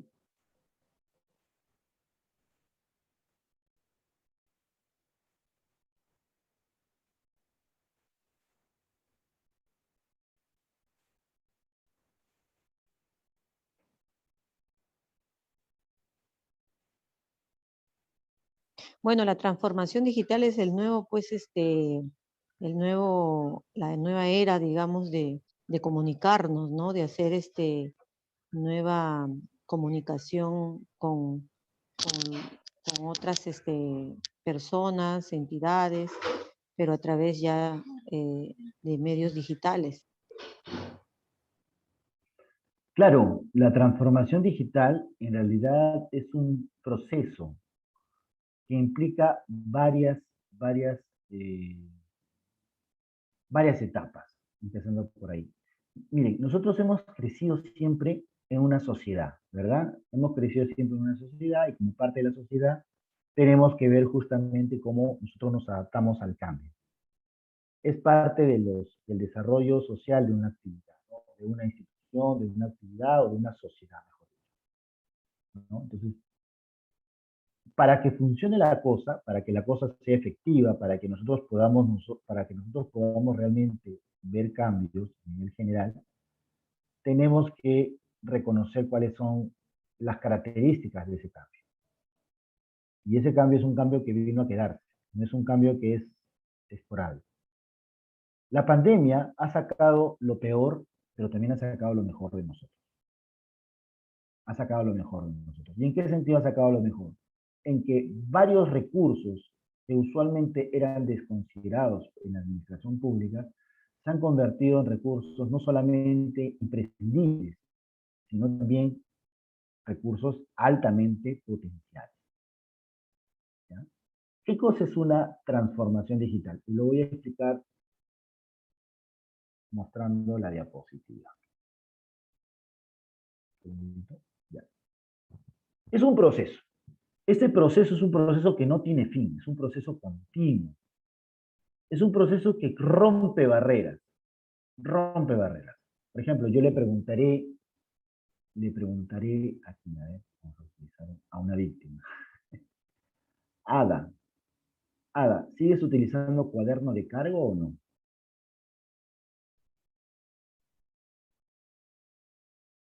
O a Vanessa, ¿siguen usando cuaderno de cargo o no? En mi caso, yo sigo utilizando cuadernos de cargo para la entrega de documentos que llegan digitalmente y entregar para que puedan atender, ¿no? Las solicitudes del ciudadano. Ok, bueno. Solo para Eso, esos casos. eso justamente es lo que busca la transformación digital. Que venga un ingeniero o una Claro, persona.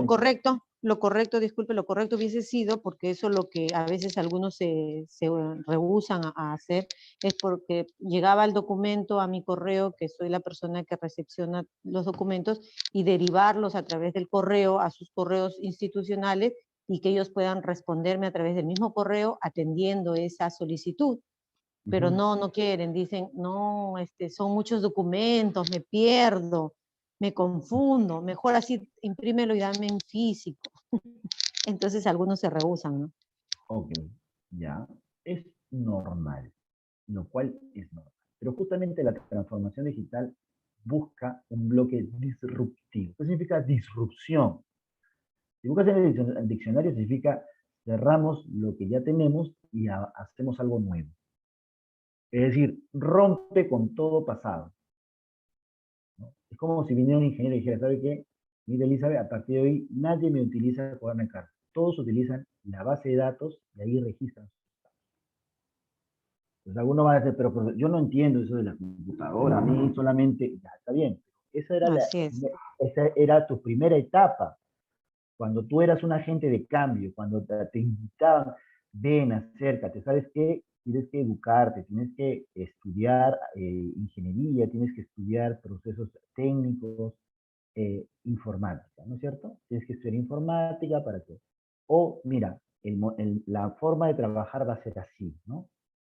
Adáptate, ¿no? Mejor dicho, te voy a dar todas las comunidades para que tú te adaptes. Cuando decimos disruptivo, no, simplemente esto ya no va y vamos a hacerlo de otra manera, que beneficie al ciudadano. Entonces hay un enfoque disruptivo, cambiamos todo lo que tenemos y nos volvemos diferentes. Nos volvemos más estratégicos. ¿Qué significa ser estratégico? Significa que busquemos que las metas y los objetivos sean alcanzables, que sean metas y objetivos que se puedan plantear de manera de corto, mediano y largo plazo. No solamente quiero medir cómo esto me va a dar en un corto plazo, sino también a largo plazo. Y que analicemos todo el contexto, para que el contexto nos permita evaluar si podemos o no podemos emplear los métodos y los medios que tenemos para generar justamente ese cambio, ¿no? Entonces, esto implica pues un cambio cultural. Tenemos que cambiar nuestra cultura. Y ese cambio de cultura se sustenta en el uso de las tecnologías digitales. Es decir, el uso... ¿Tú tienes cuenta de Facebook, estimada Elizabeth? Perdón, ¿Tienes ¿tengo cuenta de qué? de Facebook? Sí, claro. ¿Tienes cuenta de WhatsApp? Sí, también. ¿Tienes cuenta de Google? Claro. ¿Tienes Bueno, cuenta... todas las A ver, digitales. te sigo preguntando. ¿Tienes cuenta de bancaria digital o virtual? Sí. ¿Realizas compra de cosas por internet? En ocasiones, Pero realizas. ¿perdón? Entonces, pero realizas, digo. Sí realizas. Sí, realizo, en ocasiones, pero realizo. Ok, acabas de llenar el curso básico de archivos para la transformación digital. Es Ah, decir, esto es sí, lo que todos hacemos en las ciudades, sobre todo, pero no así en el campo. En el campo, diles a las personas si tienen una cuenta bancaria, no tienen. Si tienen cuenta de Facebook, muchos no tienen. Si tienen, por ejemplo, cuenta de Gmail, algunos tienen. Algunos, pero no todos. Entonces, la transformación implica, pues, disruptir. Ya, tú no tenías, sí, ahora vas a tener y vas a usar. ¿Quiénes son el ejemplo clásico de esta transformación digital? Son los ancianos del programa Pensión 65. ¿Qué es lo que nos enseñó la pandemia? Y por eso que el señor Vizcarra firmó así rapidísimo. Porque Vizcarra, aunque ustedes no lo crean, lamentablemente, yo digo lamentablemente porque no creo que lo haya hecho a propósito, no lo creo. Cuando dijo, vayan a cobrar, él pensó, dijo, todo el mundo tiene su cuenta bancaria, entonces todo el mundo le transferimos a sus cuentas y se acabó el problema. Pero se dio cuenta que casi el 75% de las personas no manejaban cuentas bancarias. Muchos solamente tenían su tarjeta, iban al cajero, sacaban la plata y de ahí gastaban, pero no utilizaban el comercio electrónico. Entonces, ¿eso qué hizo? Que las personas salieran a la calle, que las personas utilizaran grandes cantidades de personas en Navidad. En Navidad del 2020 pues ha sido pues una desgracia. Porque la gente fue al banco, sacó la plata y se fue a comprar cosas. ¿Y qué garantizó eso? Que hubiera la tercera ola. Y la tercera ola se cobró la vida de más de 14.000 personas. Más, más. Pero en Lima fueron 14. Entonces, esa carga emocional hizo que, caramba, tenemos que hacer un cambio. Acá no podemos estar simple de espaldas a la tecnología, que está acá, que la tenemos ya en el país, y vivir siempre con el cuaderno de cargo de papel. No, eso ya no, eso se acabó. Por eso se crea un sistema de transformación digital. Y con la aplicación del reglamento que recientemente se ha aprobado, ahora es obligatorio no presentar documentos en papel. Es obligatorio que las instituciones públicas grandes tengan mecanismos de presentación de documentos estrictamente digitales, ya no en papel. Estamos en el inicio de la muerte del papel, en el caso de los trámites administrativos. Entonces, se está haciendo una suerte de transformación que implica un cambio cultural, que se sustenta en el uso de tecnologías digitales para la sistematización. ¿Qué significa? Que yo, por ejemplo, hago mi pago en el Banco de la Nación, saco mi certificado de estudios en el Colegio X, en el sistema de gestión de actas, de notas de la UGEL 20, pónganse, saco mi certificado de estudios de este curso, por ejemplo. También lo hago vía electrónica o vía digital. Saco, por ejemplo, también una licencia de funcionamiento en la Municipalidad de Lima a través de un medio digital, etc. Y voy transformando todo mi sistema de vida y comercio en digital. Esto implica la transformación digital, 4 puntos importantes. El llamado Machine Learning, que no es otra cosa que el aprendizaje de las máquinas, donde nosotros vamos a tener que enseñar a las computadoras a responder a necesidades puntuales. Ustedes lo han visto. Cuando ustedes ingresan a una página de Facebook de una entidad pública y colocan ahí, quisiera comunicarme con tal persona, automáticamente en el Messenger de esa página de Facebook sale una respuesta, ¿no? Bienvenido a nuestro portal. ¿Con quién, qué te puedo ayudar? Entonces tú das una respuesta. Quisiera comunicarme con tal persona. Entonces, las alternativas son las siguientes. 1, 2, 3. ¿Cuál escoges? Ya, la 2. La alternativa de la 2 tiene 3 alternativas. 1, 2 y 3. ¿Cuál escoges? La 3. Ya, la 3 tiene 3 alternativas. ¿Cuál escoges? La 1. De la 1 tiene 5 alternativas. ¿Cuál escoges? Este. Ya. Y después sale la respuesta, ¿no? Por medio del presente tenemos que también informarte que esta información corresponde a esto y que esto va a determinar este trámite y todo lo demás. Y no hubo ninguna persona que estuvo ahí frente a la base. Ese es Machine Learning. Que tú vas aprendiendo, vas tomando todos los recursos, todas las preguntas de los administrados y vas creando nuevas respuestas a esas preguntas de los administrados, donde la persona ya no va a tener que responder a cada una de las preguntas, porque incluso las respuestas ya están prediseñadas o prefabricadas. Otra cosa es el Internet de las Cosas o Internet of Things, ¿no? En el cual pues se van a ir compartiendo información, no solamente garantizando la conexión de las computadoras, sino también de las cosas. Ejemplo, tú te puedes ir a tu casa y desde tu casa, tu teléfono, te va a aparecer ahí un mensaje que diga, falta leche en la refrigeradora. O tu cuenta de ahorros implica pues un ataque. O, ¿cómo se llama? El día 25 te pagan. O, tu presión arterial ha subido. Entonces, toda esa información es el Internet de las Cosas, te permite a ti integrarte en una suerte de relaciones tanto humanas como también tecnológicas para poder satisfacer tus necesidades sociales, tus necesidades biológicas o tus necesidades económicas. Y luego viene el llamado cloud computing o la nube, ¿no? Ahora toda la información se encuentra custodiada en la llamada nube. Tú mismo vas a tener, por ejemplo, acceso a información de este curso que está alojada en la nube de alguna cuenta. Y al mismo tiempo vas a tener distintos mecanismos que te van a permitir ingresar a esa nube para poder descargar información, agregar información, interactuar con la persona que está manejando esa información. Entonces, esa transformación digital se sustenta en la sistematización, en el análisis de datos, la llamada analítica de datos. ¿Qué es la analítica de datos? Tú has visto Google, ¿verdad? En Google aparecen varias preguntas, ¿no? O en Facebook mismo. Tú cuando escoges a una persona, ¿no? Para que tú la quieras agregar, tú quieres agregar a una persona como tu contacto, ya Facebook está escaneando tu cuenta y diciendo, a esta persona le gusta, por ejemplo, las personas que tienen ojos redondos, que tienen cabello largo, que son mujeres jóvenes. Y cuando tú abres nuevamente tu Facebook y buscas un determinado tipo de persona para agregar, te van a aparecer esas personas que tú escogiste desde un inicio. Y tú te sientes pues, oh, mira, me ha aparecido nuevas personas, y estas personas, ¿cómo me las presentan? Justo las que me gustan. Porque Facebook analizó tus gustos y te pone en pantalla los gustos correspondientes. Por eso es importante la privacidad. ¿Por qué? Y Facebook no respeta esa privacidad. Porque con esa privacidad, las grandes empresas te comienzan a vender cosas, ¿no? Si vulneran esa privacidad. Y vienen pues estos temas de propaganda, ¿no? Por ejemplo, tú no sabes nada y a mí continuamente me vienen cursos de transformación digital, digitalización. ¿Por qué? Porque han analizado mis gustos y preferencias. Cuando yo he ido a investigar en Google, por ejemplo, busco tal tema, tal tema, tal tema, entonces Google me escaneó y dijo, a este señor le gusta esto, entonces vamos a presentarle un curso relacionado con este tema. Entonces se crean mecanismos de publicidad. Señores, todo esto, aunque ustedes no lo crean, se llama transformación digital. Generan efectos económicos, sociales y de valor para las personas. Efectos económicos.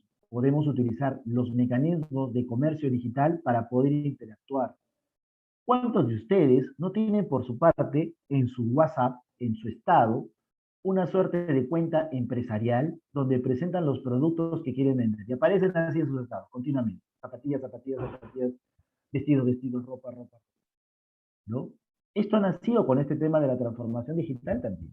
Ahora cada uno se ha vuelto un mini empresario, emprendedor, que vende cosas a sus amistades, que es su público objetivo, y esas personas también venden cosas a sus amistades. ¿Qué hacemos con esto? Creamos una microeconomía que va a desarrollar justamente una alternativa a la pérdida de empleo que tienen muchas personas porque se utiliza ahora el medio digital y ya no se utiliza el medio presencial. Entonces, favorece al desarrollo económico la transformación digital. También favorece el desarrollo social. Si hubiera, a ver, yo les hago una pregunta. Imagínense que la pandemia se hubiera dado el año 1980. ¿Qué hubiera pasado? A ver.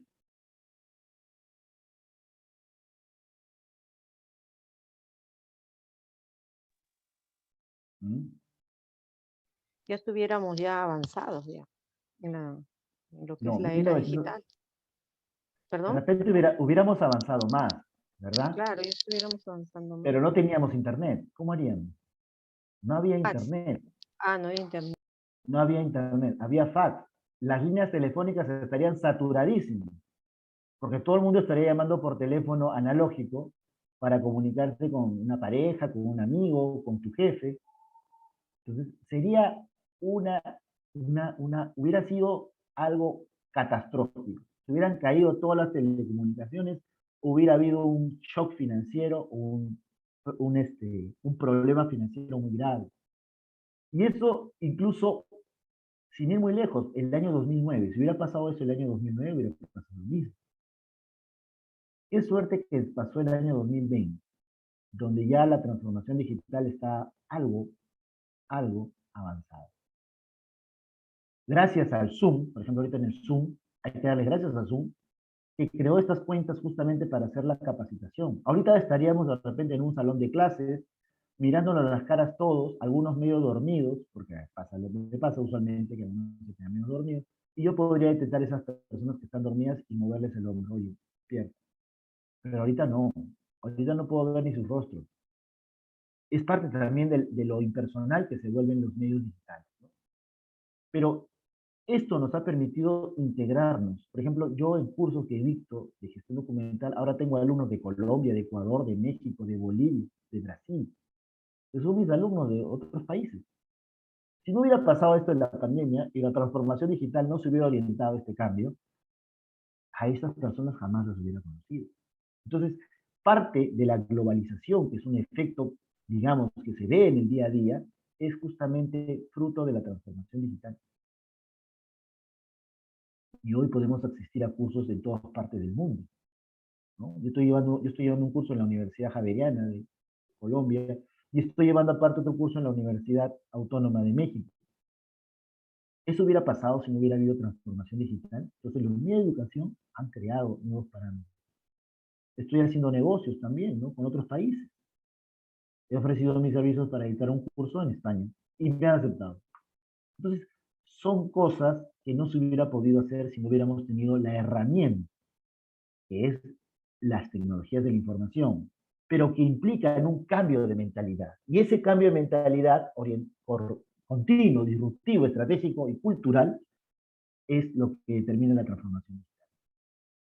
En el sistema de transformación digital que ha creado el Estado, primero hay que decir que es un sistema funcional y está conformado por principios, normas, procedimientos y técnicas, al igual que todo sistema de gestión pública, en el que se organizan las actividades de la administración pública, se promueven actividades de empresas, la sociedad civil y la academia. ¿Para qué? Para alcanzar los objetivos del país en materia de transformación. Y el sistema de transformación digital implica varios aspectos. Primero, el gobierno. El gobierno tiene que favorecer la transformación digital y conducir los procesos para su implementación. La economía. La economía tiene que utilizar mecanismos electrónicos de gestión. Ahora estamos hablando, por ejemplo, de la criptomoneda, que es un mecanismo más desarrollado. En algunos países, como por ejemplo Finlandia, Suecia, Escocia, ¿no? En la parte nórdica de Europa, ya no se utiliza dinero, todo es digital. Ya no se utiliza moneda, no se utiliza billetes. Tenemos que reforzar e implementar una mejor conectividad. Entonces, podría ser una conectividad 5G o la quinta generación de la conectividad, donde podamos conectar no solamente para poder visualizar los documentos en pantalla, sino también interconectar nuestros sistemas que nos alerten sobre distintos elementos. Ejemplo, las computadoras de las refrigeradoras que estén conectadas para saber qué nos falta, ¿no? Entonces yo me tengo que regresar a mi casa y me viene un mensaje a mi celular diciendo falta leche, falta huevos, falta mantequilla, falta carne, etc. Mi lavadora ya sabe que la ropa tiene que ser centrifugada. Y me sale un mensaje, ¿no? Pues yo aprieto el botón de comando para que se centrifugue la ropa y la seque, con un secado automático, ¿no? Solamente a través de una conexión 5G podría garantizarse. La educación también ha cambiado, ¿no? Y lo vemos en el día a día, no tengo que explicar mucho sobre eso. Las tecnologías también han cambiado. Los apps ahora están como pan caliente. Recientemente vi una app con el cual yo podía identificar incluso hasta las llamadas que no las tenía yo en mi directorio. Genial, genial realmente. La innovación también ha cambiado, hay distintos mecanismos de control, hay nuevos descubrimientos, ¿no? Los servicios también, la sociedad también, la sociedad ya más, estamos involucrados en tema de conexión digital, ¿no? La ciudadanía también ha cambiado, las reglas de juego ciudadanos también han cambiado, somos más inclusivos ahora con el uso de la tecnología, pero la brecha es muy alta todavía porque hay personas que no tienen acceso a estos recursos. Entonces, eso hay que superar. ¿Cómo se supera? Se supera con planes de inversión por parte del Estado. Y en síntesis, la confianza en los medios digitales ha cambiado. Esto le da autonomía sectorial y gubernamental al gobierno del Perú. Entonces, el Decreto Supremo 07 aprueba el marco de confianza digital y dispone medidas para su fortalecimiento. En ese sentido, nace el concepto de economía digital, donde la innovación y la transformación de la economía está basada en el uso estratégico y disruptivo de tecnologías digitales. Es decir, innovación significa la creación de nuevos descubrimientos en materia de documentos digitales, de medios digitales, de comunicaciones, ¿no? Y la transformación implica pues en ese cambio cultural de mentalidad continuo y ese proceso continuo de adaptación a nuevas formas de trabajo digital, ¿no? Trabajo remoto, por ejemplo, no es algo novedoso. El año 1972 se creó el término telejob o teletrabajo, ¿no? Ese término teletrabajo o telecentro o trabajo remoto ha sido implementado ya en el pasado. ¿Por qué fracasó? Porque no había las tecnologías de gestión, ni monitoreo, ni control de personal. Hoy en día sí las hay. Entonces, se puede seguir implementando. Lo importante es que exista la determinación de no dar la página. De no decir, hasta acá no va a llegar la transformación, todos regresen a trabajar, todos hacemos lo mismo, nos apretamos en el metropolitano, nos hundimos en el tráfico de la vía expresa, vamos a comer en restaurantes atiborrados de gente y esperamos 10 minutos para que las personas se levanten y se vayan. Eso ya no debe pasar con una transformación digital. Tenemos una computadora, utilizo el trabajo teletrabajo. Como en mi casa, gasto menos dinero en pasajes y la computadora todo el día me está mirando la cara sabiendo que estoy trabajando. Se graba toda la sesión. Si yo me quiero parar, me paro y la computadora me puede seguir, incluso monitorear dónde estoy parado durante el horario de trabajo. ¿Qué diferencia hay en eso? No hay ninguna. Incluso yo me vuelvo incluso más productivo, porque estando en la seguridad y en la confianza en mi casa me podría volver más productivo, ¿no? Lo cual no puedo hacer si estoy, por ejemplo, frente a un ordenador, si estoy, por ejemplo, en el trabajo mismo, voy a estar nervioso, si me voy a contagiar, no me voy a contagiar. Por lo pronto, la transformación digital ha venido a quedarse y a aportar al desarrollo organizacional, ¿no? Bien, entonces, siendo las 8:58, 2 minutos antes voy a terminar,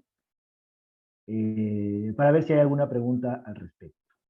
La transformación digital forma parte de nuestro estilo de vida hoy en día y estamos generando nuevos estilos de vida aplicando justamente esta transformación. Recreando un sistema que se llama una sociedad que se llama sociedad del conocimiento. Correcto. Entonces tenemos que fomentar aún la sociedad del conocimiento, donde intercambiamos conocimientos e innovación para ir mejorando socialmente en el ámbito de gestión. Y ello va a comprometernos también a ir mejorando como profesionales llevando estos cursos online donde nosotros podamos recibir información, replantearla, procesarla en nuestra mente y poder dar como resultado justamente un mejor desenvolvimiento en el ámbito laboral. ¿Correcto? Bien. ¿Alguna pregunta, alguna intervención?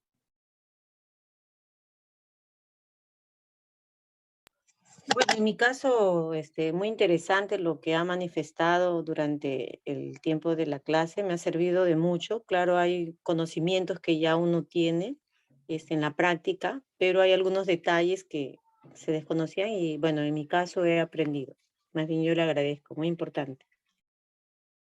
Qué bueno que haya podido servir para implementar y mejorar las condiciones de trabajo, sobre todo eso, ¿no? Yo les doy un consejo, cuando vayan a un lugar nuevo o les den una función nueva, siempre tomen nota de lo que ustedes encuentran. Eso, aliméntenlo a un ordenador y vayan mejorando los procesos. Vayan mejorando los procesos. La próxima clase vamos a hablar sobre el tema de la gobernanza digital y cómo eso es un requisito para poder cambiar nuestra situación, ¿no? Entonces, la próxima clase hablaremos pues ya de la administración electrónica. Vamos a hablar de los modelos de gestión documental, de la social información, de los datos personales y el activo digital, de la protección de datos personales, del proceso de verificación y identificación de firmas, el cloud computing, ya lo vimos hoy día, pero lo vamos a explicar un poco mejor. Y va a ser una sesión bastante tecnológica, ¿correcto? Bueno, señores, el tiempo es tirano, nos ha ganado, ya nos estaremos viendo en otra sesión del día miércoles. Muy buenas noches y a cuidarse, ¿eh? Buenas noches, doctor. Buenas noches.